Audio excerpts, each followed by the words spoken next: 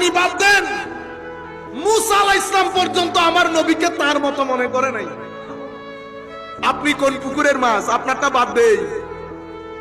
মুসা আলাইহিস সালাম বলছে রব্বি ইশরাহ লি সাদরি, মাওলা আমার সিনা খুলে দে।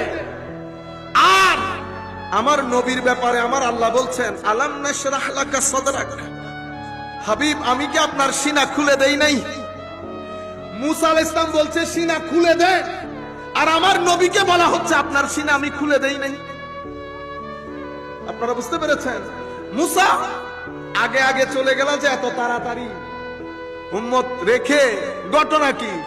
আল্লাহ আপনাকে রাজি করার জন্য, আপনাকে বলেন আপনাকে রাজি করার জন্য।